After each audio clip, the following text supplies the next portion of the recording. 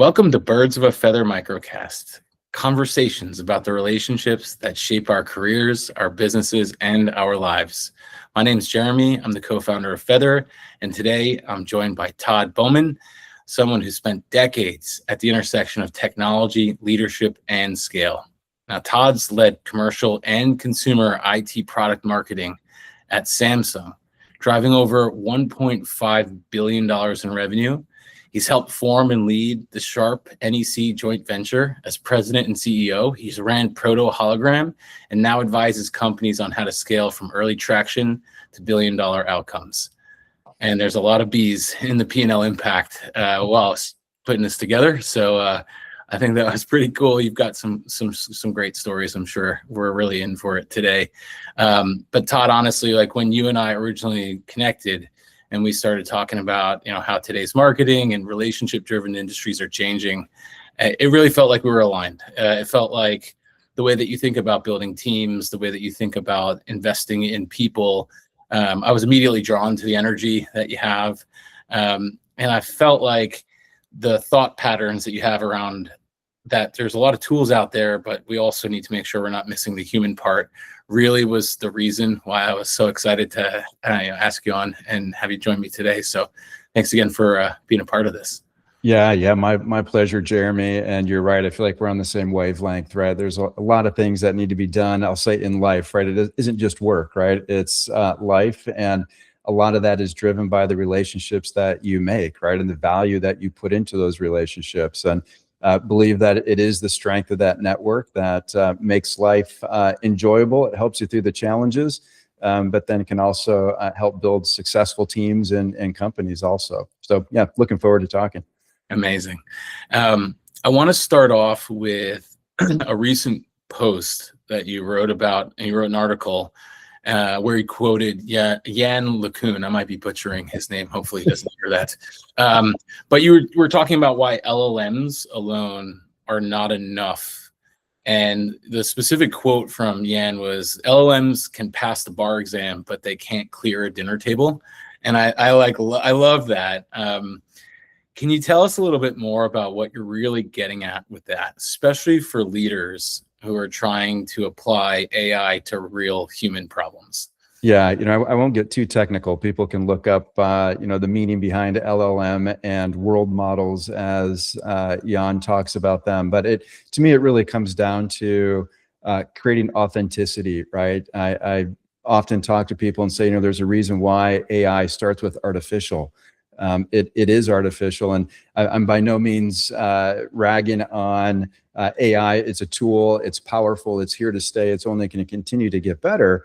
But I do question at times, does it take away from our own intelligence, but also our authenticity, right? And I'm not saying everybody uses AI to run their business or to write their blog posts or to create content, but I think there's a lot of question that needs to be asked about the authenticity of what is being created, and does it really have the meaning that we intend it to have as people? And Jan, his point gets a little more technical and just talking about how simple LLMs are, but really where we need to go to is more of a world model, which actually brings in, interestingly enough, a lot of the human factors that we employ as we navigate our lives, right? So now whether they can get to that point, we'll see. That'll be pretty cool, but we'll see. But yeah, it's about bringing a human context to AI, which is fascinating.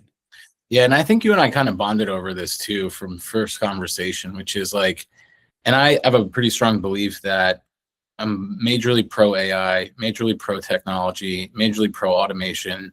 But if we take each other out of this mix, like, where is the humanity? And it's funny, the other day I met like a very prolific AI professor, VC, and I was having a chat with him, and we were going back and forth about like where is the line in humanity? And on one hand, if you do driverless cars and you reduce deaths down to zero, that's a good thing, right? But like, what about if everybody loses the zest for life because they're not actually enjoying driving the car? And so there's kind of this interesting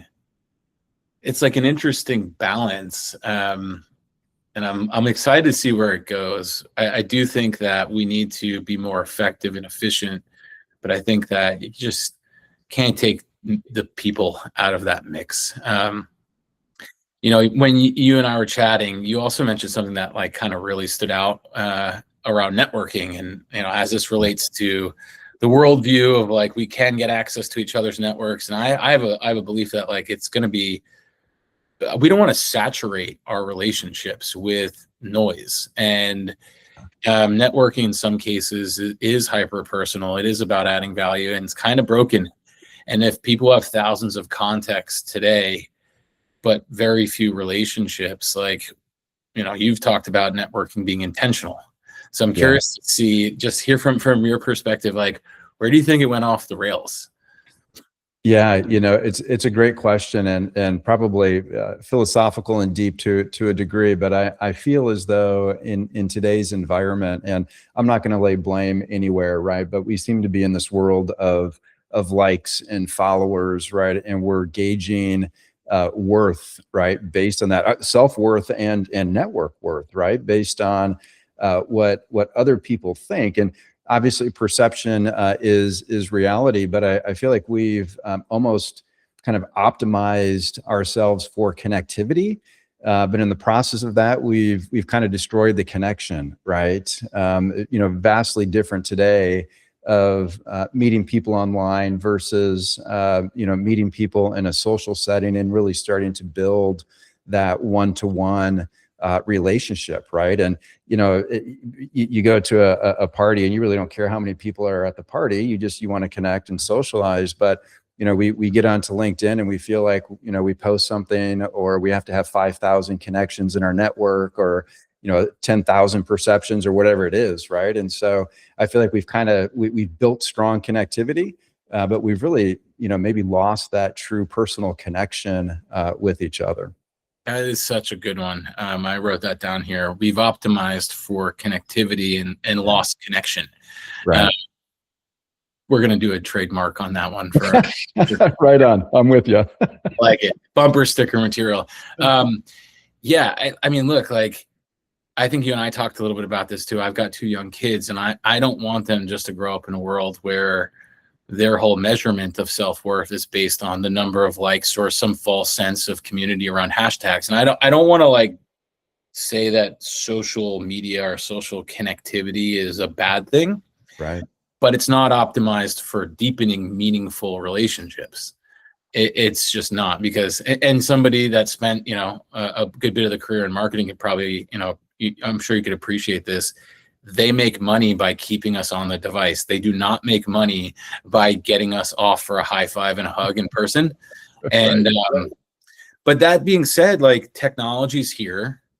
And I do think that we need to find ways to maybe flip the paradigm. Then we're trying to do some of this with Feather. Like that's like part of the focus, but I'd love to get your thoughts on, if we zoom out, like where technology can help in this sense of like, we're connected, but not connected, instead of actually making it worse.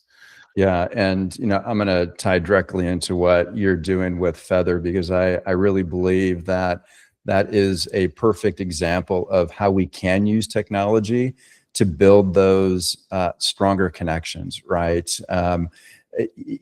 Bringing AI into the equation as well, for example, I see AI as a positive tool to help me to stay, as what you're doing in Feather, to help stay connected with that core, right, group that I really consider to be strong in my network. And it helps me to nurture, it prompts me to reach out. It helps me to remember that, it's, Susie's birthday tomorrow, or, hey, my other connection, his son was in the baseball playoffs or something, right? So it's a great and powerful tool to help me maintain and remember, because we can't remember everything, right? But remember everything going on in people's lives that we really care about and really want to be part of. So I see AI technology as helping us to manage all of that information, but it still comes down to the personal touch, right? I would never, for example, plug AI to write a, hey, how are you doing? Sympathy, empathy, or how was your vacation kind of email, right? I would want to maintain that personal touch because it's coming from me. And let's be honest, we're all becoming very savvy. The more prolific AI becomes in writing content, we're starting to see through that, right? We can pick it out, and AI isn't perfect. It's getting really good. But we can pick out an email that has just been generated and spammed to you versus one that has that personal touch. And I'm sure we've all experienced it too, right? You get that email from somebody and it starts off by saying, hey, Joe, how's it going? It's like, well, I'm Todd, I'm not Joe. So right off the bat, you've blown it, right? And you delete it, right? It's like, I don't even care what you're talking about now. And you've ruined the opportunity, right? So again, I think AI is a powerful tool to help us manage let's say our lives and our network, like what you're doing with Feather, but it still requires that personal touch, right? To keep that connection and to build value in that connection in that network. 100%. I have a really funny one too, where the company that cold emailed me was claiming to have an AI BDR solution. And in the messaging, they had like a syntax kind of, those like squiggly line, parentheses. Right. And it said, F dot name.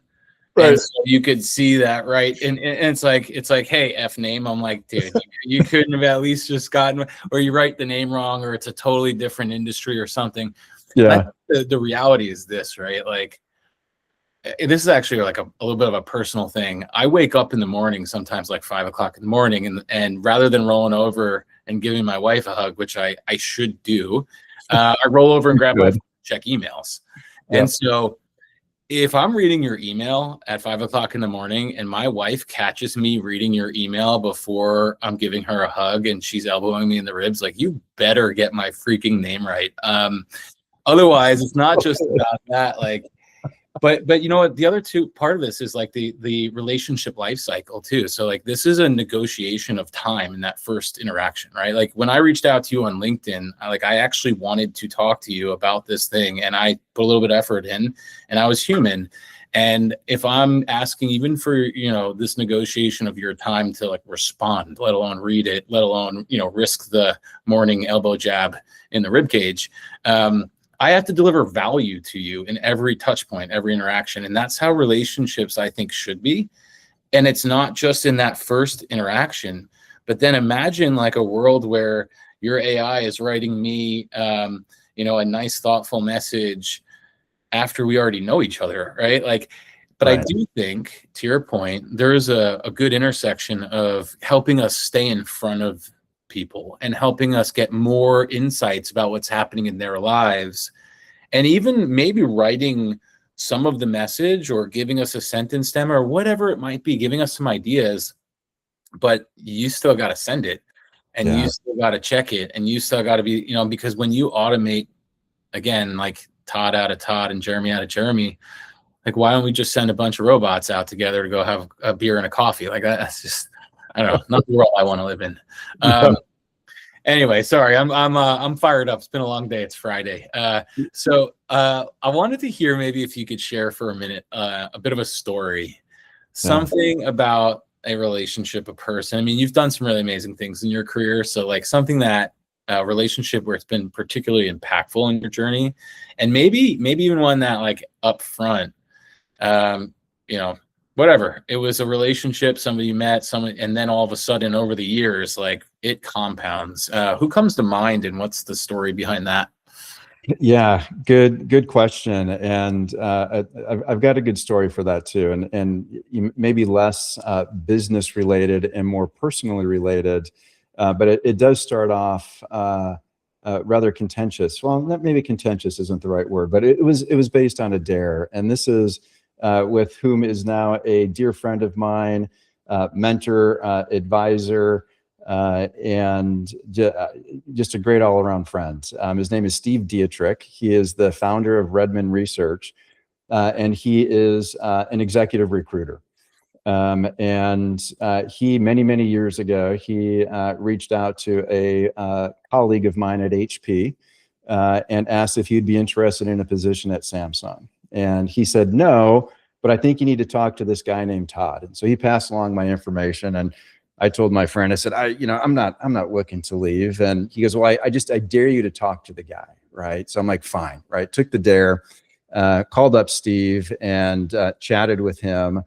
And, we hit it off right off the bat, and could just tell, similar to you and I, right? Just a good vibe, right? It's like, hey, we're good people here, good vibe. We're on the same wavelength. And could already feel the teaching moments coming from him at that time. But I was young, I was naive. He got me in the door at Samsung, and I basically dumped Steve, right? I'm like, hey, I'm in the door. Why do I need a recruiter after I've been recruited, right? And obviously my background speaks for itself. I got the job at Samsung. But, for most recruiters like Steve, not like Steve, like most recruiters, they consider their job to be done, right? It's like, hey, that was it, right? I placed Todd, but really for him, that was really his day one with me, right? And it was there that, it took a few years that I was at Samsung, but he would reach out to me and just check in, see how things are going, see how he could help me out. And, it was more him building that relationship and network than I at that point, right? But then it was, over the years, gosh, a decade of conversation. And, what was really cool about it is it wasn't recruiting based, right? It wasn't him saying, hey, if you're looking for somebody on your team, I can help you. I knew he could. Right. But we were talking about life. We were talking about leadership philosophy. We were talking about global business. He has a significant global background. So he is a global recruiter, which is one of his strengths and value propositions. But we literally talked about everything other than recruiting, but, mixed in with work a little bit. And it was that investment of time, of conversation that we've continued to build. I now talk to Steve probably once a month, and the conversations are continued to be around business philosophy, leadership, a lot of global business conversation, and we have a vested interest in each other's skill sets, but also our knowledge. And again, something that started off as a dare has built a very strong relationship with somebody that I'll cherish, through the rest of my life. But just a cool story, and not quite business related, but on a personal level, delivers so much value. And glad for that network, glad for that connection, glad for the relationship. And again, he pushed it. I learned from it and learned the value of what those relationships can be. Yeah, it is. It's amazing how when I think you and I were talking about this last time, like we spend a lot of time at work, and we spend a lot of time in wearing the professional hat in that context. And so a lot of our relationships are happening to form from that, and hopefully they're mutually beneficial. But like at the end of the day, it's amazing how many of those ones can turn into lifelong relationships. And it does take effort. It does take continually showing up for each other, and not just, hey, with my hand out, what can you do for me? And I always joked around coming from New York to Southern California and the LA scene, and like people asking, who do you know and who can you introduce me to before even asking your name. But it's a really important thing for us as people to try to add value to the people that are in our ecosystem, and it does create compounding value over long periods of time. And going back to the technology intersection here, I think the machine can help us to serve some of those moments, and help us to prep in those moments, and help us to maybe show up even better in those moments. But you had to take the dare. Right. And, right. I can't imagine how there's no machine that can do that. And people want people, right? Like I want to meet the actual person behind the screen. Right. And it's like that is the, if you want to practice a skill set and become like wildly valuable to an organization, especially for anyone who's in like Gen Z or Gen Alpha coming into the workforce and learning how to be curious and learning how to like connect on a meaningful level with people. Because a lot of people are kind of hiding behind the keyboard these days. Yeah, right. Well, and absolutely, I appreciate what you said too about and what you're doing with Feather, right? It really can help us to make our networks intentional, right? And even in a weird way, hold us accountable. Not that it makes us feel guilty, but yeah, maybe it makes us feel guilty, right? That there's value in that network, and hold us accountable with prompts of, hey, reach out. And to have had a tool like that, especially young in my career, to remind me, hey, you need to reach out to Steve rather than Steve always reaching out to me, would have furthered that relationship so much faster, right? And you may ask, well, what's the value in that? So what? So you guys had some great conversations. You have a great relationship. Well, it really comes down to that compounding trust, right? That you build in that relationship. And now when I am approached with an opportunity or a project or a board position, I can just pick up the phone and call Steve and say, hey, let's talk about this. I don't need to vet somebody out for 6 months, right? I can just pick up the phone any time of the day or night and say, Steve, I need to talk to you about this, right? And he's like, okay. And we know each other so well that you cut through all the garbage, right? And just get right to the point. You can have an extremely meaningful conversation.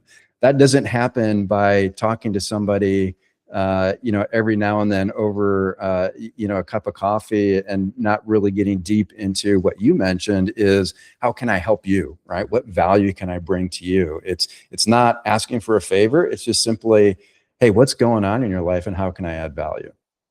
Yeah. And I think it's an uncomfortable thing for a lot of people to like lead with that, because they may fear the rejection of, hey, like, and also it depends on where you're coming from when you start to have those conversations. Like, if people see through the bullshit really quick, Yeah. like if, like it is, but if you can kind of rally around the idea of genuinely wanting to add value to people and genuinely showing up for others, life gets a lot more fun. The conversations get a lot more livelier. Deals happen faster, and Right. there's just a knock-on effect of a significant amount of benefit.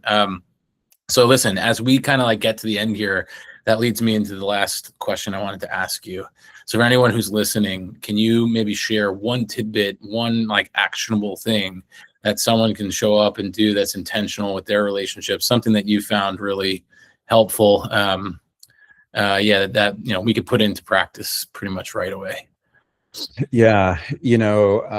Aside from keeping track of, I'll say those, core 20 people in my life. And again, that could be part of work. That could be, socially, I lump my network all together, right? I mean, everybody's got their kind of slot in there, but we're doing life together and work is part of life. So I make sure I keep that list of, call it my 20 core people that I really care about. I know they really care about me, and I make sure that they're always at the forefront of my networking efforts and my conversation. Now, what does that mean exactly? Well, it's really about, paying it forward. That's what I found the value of networking is, not knowing that you've got somebody to call up and ask a favor. It's knowing somebody that you can offer yourself to help in some form or fashion. Right now, in turn, yeah, it'll come back as a favor, but I don't network in hopes of ever getting anything back. I network because they're people that I aligned with, that I truly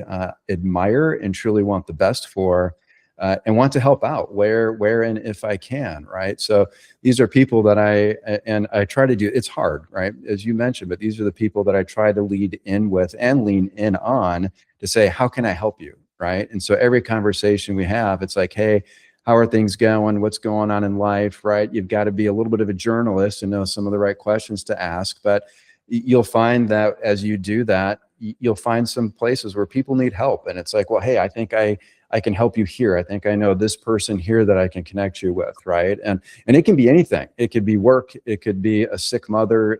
It could be a broken arm, right? It could be a number of things that you go, oh, gosh, I know somebody in my network that I think you need to talk to. That would be beneficial in that case. So for me, it's keeping that core strong, and then always looking for ways that I can help others and pay it forward. Yeah, it's awesome. Like, boiling that down into an actionable thing. If we can just ask one person once a week and start there with how can I help you, and try to intentionally find someone or some resource that helps unlock something for them. Like, forget about it coming back to you, but just try to pay it, the professional pay it forward. Yeah.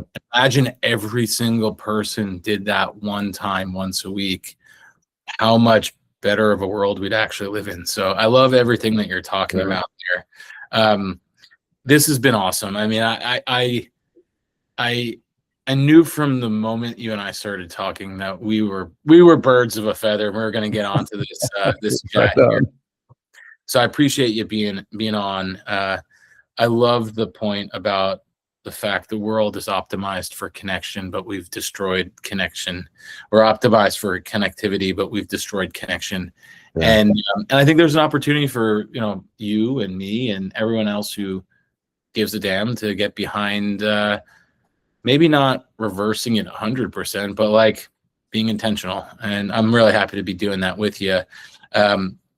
So Todd, anyone that is listening that wants to get a hold of you, talk to you a little bit more, how do people get in touch? Yeah, I'm on LinkedIn, so feel free to reach out to me on LinkedIn. I've got a new newsletter that I just launched, the CEO's Lens, which, really I publish articles that talk a lot about what we're talking about here. It could be AI strategy, leadership, but through the lens of the CEO. I have that background and experience and want to share that with others so that they also can understand, how does a CEO perceive things, and give some tidbits and insights there.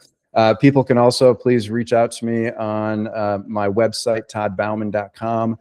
You can connect with me there. You can also read my articles on my website there and learn more about me. So either way is fine. But yeah, please, happy to network, happy to connect and talk to others. Amazing. All right, everyone out there, you've heard it first. Make sure you get a hold of my man Todd here. This has been an awesome chat. Of course, if anyone's interested in learning more about how we're tackling this with Feather and the intersection of human connection and technology, check us out at www.feather.vip. My name's Jeremy. This has been Birds of a Feather. We'll catch you next time.